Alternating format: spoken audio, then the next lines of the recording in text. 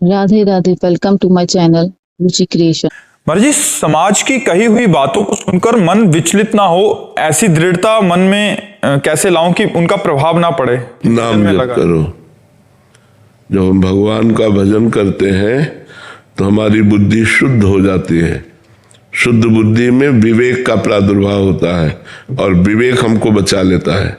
जब हमारे प्रति कोई प्रतिकूल व्यवहार करता है, हमारा अपमान करता है, हमारी निंदा करता है, हमारा तिरस्कार करता है, तो विवेक काम करता है। उस समय विवेक के द्वारा हम अपने को बचा लेते हैं। इस आदमी का स्वभाव ऐसा, उसकी मति है ऐसी, उसका भाव ऐसा है, हमको क्या लेना देना। हम इसकी बातों को स्वीकार नहीं करते। जैसे पागल आदमी हमारे प्रति प्रतिकूल व्यवहार करे या गाली दे या मारने लगे तो हम लोग अपने को बचाते हैं, उसको मारते नहीं, क्योंकि बेचारा पागल है।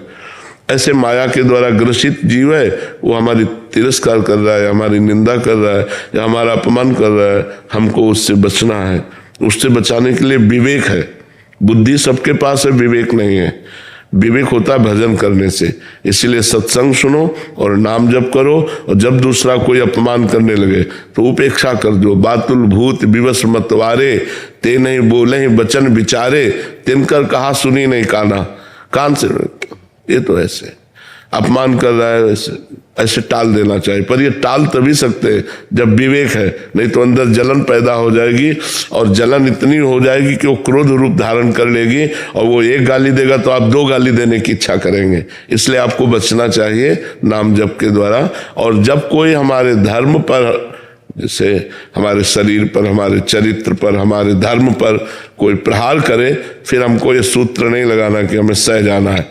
कानून व्यवस्था है, कानून व्यवस्था के द्वारा या जैसे भी बने, हमें शांत नहीं रहना। जब हमारे धर्म पर, हमारी इज्जत पर कोई हावी होने लगे तो हमें क्षमा नहीं करना, हमें शांत नहीं रहना। फिर हमको प्रतिकूलता प्रकट करनी पड़ेगी। और यदि हमें कोई गाली देता है तो हम सह जाते हैं।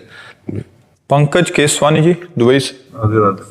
राधे राधे महाराज जी। महाराज जी, आपके प्रवचन और वीडियो के प्रभाव से मैंने नॉन वेज, शराब, हुक्का तथा सभी प्रकार के नशे का सेवन पूरी तरह छोड़ दिया। बहुत सुंदर जाता है। तो अगर नाम जब में लगता है तो फिर बिजनेस में ध्यान नहीं लगता। नहीं, अब इसको आपको देखना होगा कि बिजनेस भी भगवान के लिए ही कर रहे हैं, ये मानना होगा, क्योंकि उससे अर्थ मिलेगा, और अर्थ से परिवार और शरीर का पोषण होगा। तो भगवान के द्वारा दिया हुआ शरीर है, भगवान के द्वारा दिया हुआ परिवार है, उसका पोषण करने के लिए बिजनेस करना अनिवार्य है।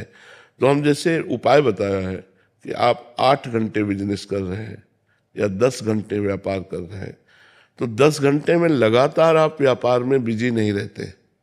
आपको 2-4 मिनट, 5 मिनट थोड़े थोड़े में समय मिलता रहता है। तो जो हमें समय मिलता रहता है उसमें हम चतुरता पूर्वक नाम जप करने, राधा राधा राधा, फिर अपने कार्य में लग गए, फिर राधा राधा राधा, फिर अपने कार्य में लग गए। और उस 8 घंटे के समय को हम भगवान के चरणों में समर्पित कर देते हैं। कृष्णार्पणमस्तु। हे प्रभु, अमुक समय से लेकर अमुक समय तक जो 8 घंटे हमारी सांसारिक क्रिया रही, इसको मैं आपको समर्पित करता हूँ। तो यत करोषि, जो कर रहे हो भगवान ने आज्ञा करी है वो भगवान को समर्पित कर दोगे, वो भी आपका भजन बन जाएगा। खाली समय में भजन कीजिए, बिजी समय को भगवान के चरणों में अर्पित कर दीजिए। समझ पा रहे हैं आप? तो देखेंगे आपकी भक्ति बढ़ेगी। आपको ये अफसोस नहीं होगा कि मैंने 4 घंटे भजन नहीं किया। बस उसमें ये करने के बाद अगर कुछ समय मिल गया महाराज, तो कैसे मतलब ये निकाले कि कितना घंटा और भजन करना है महाराज? अपना लक्ष्य समय को भजन में लगाना है। हमें 10 मिनट को मिला तो हम 10 मिनट किए ले रहे हैं, हमें 1 घंटा मिल रहा तो हम 1 घंटा किए ले रहे हैं। हमारा लक्ष्य है सोने से लेकर जगने तक। सब जब शयन किए तो नाम जप करते हुए शयन कर रहे हैं, जब जगे तो भगवान को प्रणाम करके नाम जप करते हुए। अगर आपको जगने से लेकर सोने तक बराबर कार्य है तो बीच बीच में जो समय मिले उसमें नाम जप कर लो और उस समय को भगवान को समर्पित कर दो, वो पूरा भजन माना जाएगा। उसमें कोई संशय नहीं है। हमारा घंटे से, माला से मतलब नहीं है, हमारा समय को सार्थक करना है। हर समय को हमें भगवान के चरणों में अर्पित करना है। और महाराज जैसे मैं नाम जप करता हूँ महाराज जी, तो कभी कभी श्री जी का महाराज जी नाम छूट जाता है महाराज जी। तो मैं बोलता हूँ कि श्री जी में तो नाम छूट गया, तो ये सब मैं आपको समर्पित कर देता हूँ। हाँ बिल्कुल बिल्कुल, हाँ बिल्कुल बिल्कुल। ऐसा क्या करूँ महाराज जी? इसी से निरंतर नाम आने लगेगा। आप अभ्यासरत रहिए दीर्घ काल तक, लंबे समय तक, तो यही पवित्रता आपके अंदर नाम जब प्रारंभ करवा देगी। नाम की प्रियता जब अधिक बढ़ेगी ना, तो नाम जब करते हुए सब काम होते रहेंगे। अब जैसे अपने लोगों को है तो आपसे बात कर रहे हैं, फिर भी अंदर अंदर हम कोशिश कर रहे हैं नाम चलाने की।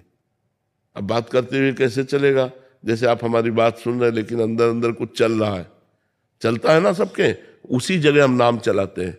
उसी जगह अंदर ही अंदर नाम चल रहा है, बाहर से हम बात कर रहे हैं आपको, बीच बीच में हम नाम स्मरण भी कर लेते हैं और बातचीत भी कर रहे हैं। तो हमारी ये बातचीत चूंकि भागवतिक है और नाम जब ये सब समर्पित करते हैं तो भगवान का भजन ही बन जाता है।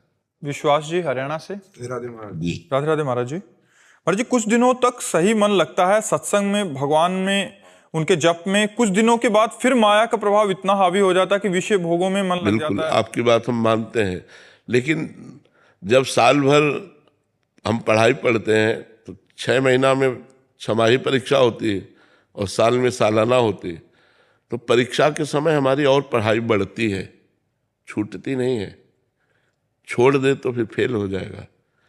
तो जब माया परीक्षा लेने के लिए हमारे सामने प्रश्न करे, महीना 2 महीना 4 महीना में, कि माया का भोग सामग्री सब उस समय और हमें सावधान रहना है। ये मेरी परीक्षा है, अगर मैं इससे पास हो गया तो अगले क्लास में चला जाऊंगा। भजन की भूमिकाएं होती है तो उस भूमिका में पहुंच जाऊंगा। पर साधक सोचता है चलो भोग लेते हैं, भजन तो फिर भी कर लेंगे, तो वो फेल हो जाता है। फिर धीरे धीरे वो इतना फेल हो जाता है कि जो भजन कर रहा था उसमें भी अश्रद्धा हो जाती है। इसलिए थोड़ा कड़क बनिए, जब आपकी परीक्षा का समय आवे थोड़ा आप कड़क बनिए और उससे निकलने की कोशिश कीजिए, उसमें फंसने की कोशिश मत करो। माया प्रश्न तो करेगी, वो प्रश्न किए बिना क्लास बदलता ही नहीं है। प्रश्न हुआ, भूमिका बदली और वो उच्च दशा में पहुंचने लगता है साधक।